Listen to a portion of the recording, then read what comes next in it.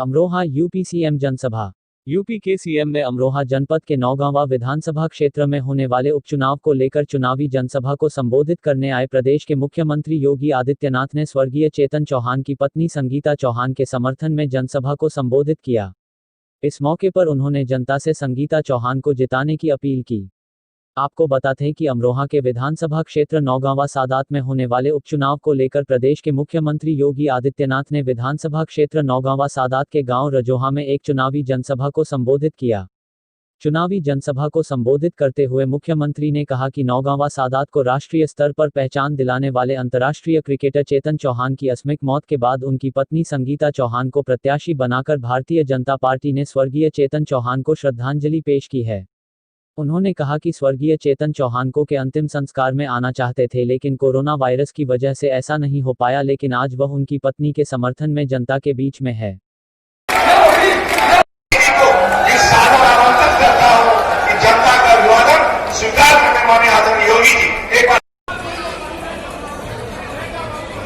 किसानों की बात करते हुए प्रदेश के मुख्यमंत्री योगी आदित्यनाथ ने कहा कि जो लोग किसानों के नेता चौधरी चरण सिंह का नाम लेते हैं, उन्होंने ही किसानों का सबसे ज्यादा अहित किया है।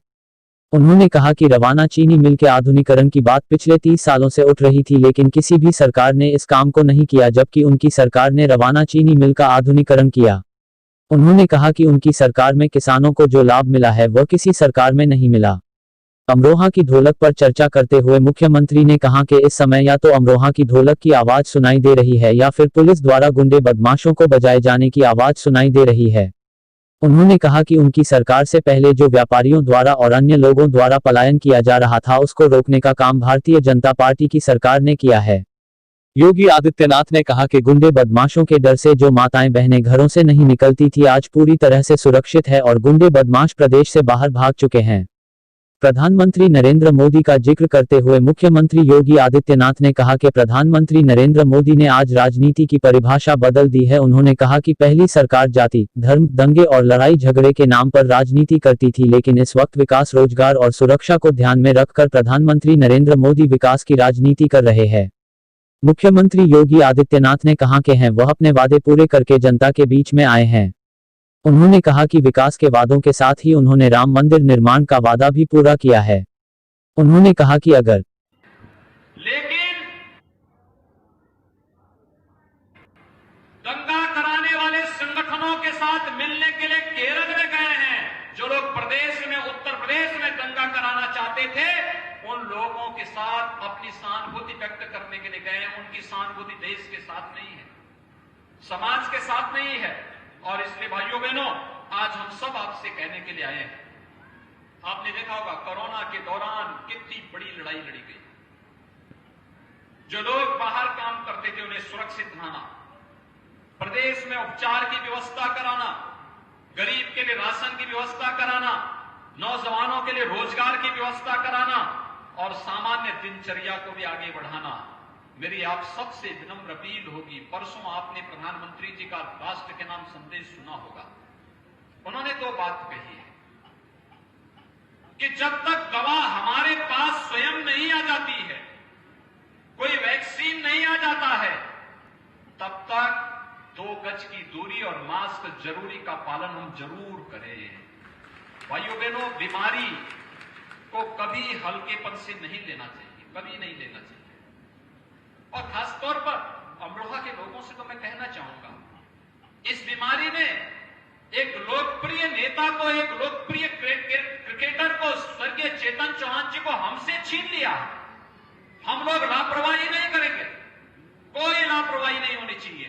आपका जीवन अमूल्य है और इसीलिए हम लोग लगातार प्रयास कर रहे हैं। मैं प्रतिदिन दिन भर में प्रदेश के दौरे पे रहता हूं। सुबह या शाम एक बार जरूर मैं कोविड-19 कोरोना की बैठक प्रदेश की जरूर लेता हूं और पूछता हूं कितने मरीज कहां पर हैं, उपचार की क्या व्यवस्था हुई है, लोगों को क्या सुविधा दी जा रही है। लगातार बैठक लेता हूं, इसलिए जिससे प्रदेश की 24 करोड़ जनता को बचाया जा सके।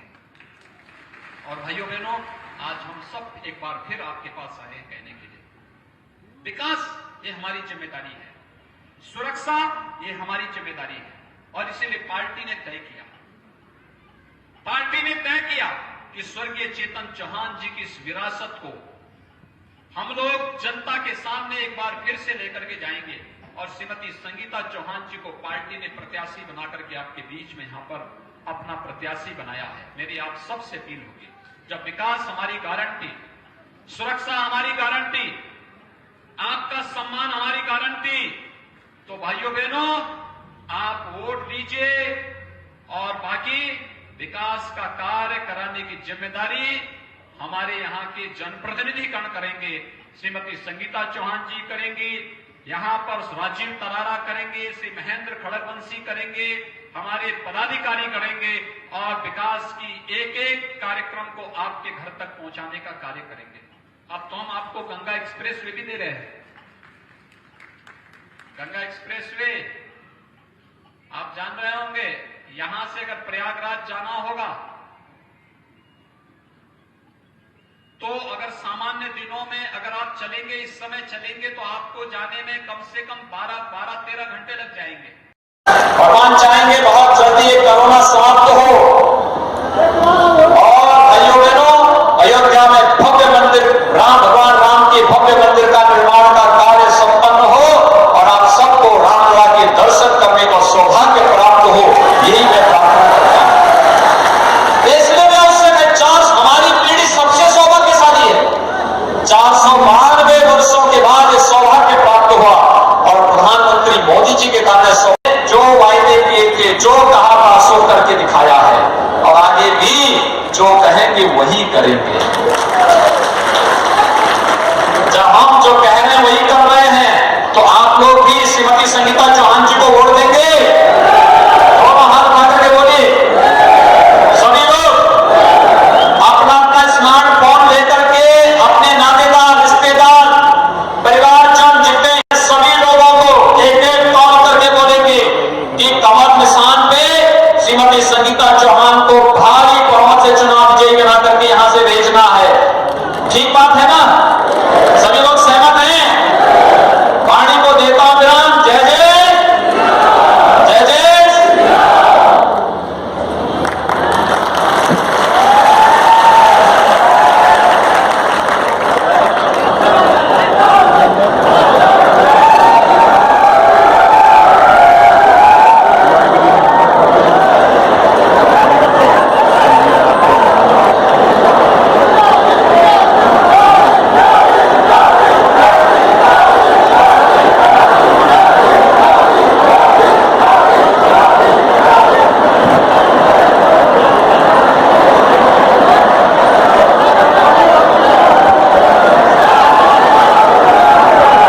कि अगर कोरोना वायरस नहीं होता तो वह प्रदेश की जनता को भी मंदिर शिलान्यास कार्यक्रम में आमंत्रित करते, लेकिन जनता जल्दी ही रामलला के दर्शन मंदिर में जरूर करेगी।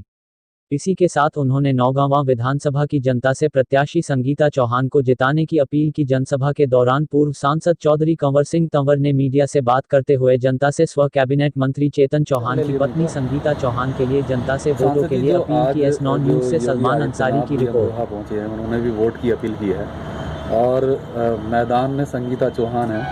आप क्या कहना चाहेंगे क्षेत्रीय लोगों के लिए? मैं लोगों से कहना चाहता हूँ कि आज माननीय मुख्यमंत्री जी आए और मैं अपनी जनता से कहना चाहता हूँ और अपने अमरोहा हमारी विधानसभा जो नौगांवा है, इसमें उन सभी भाई बहनों से कहना चाहता हूँ जो हमारे काम रुके हुए हैं, जो माननीय स्वर्गीय चेतन चौहान जी के काम चल रहे थे, आज लोगों के गलत निर्णय से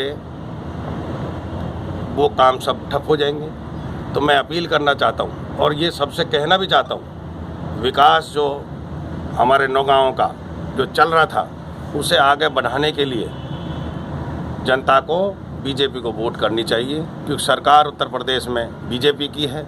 हम गलत निर्णय लेंगे और गलत फैसला लेंगे तो जनता को बहुत भारी नुकसान उठाना पड़ेगा।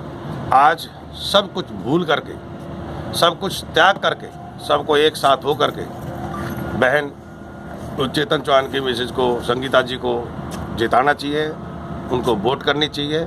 और यही कहना चाहता हूँ, चलता हुआ विकास जब रुक जाएगा तो बहुत लोग पछताएंगे।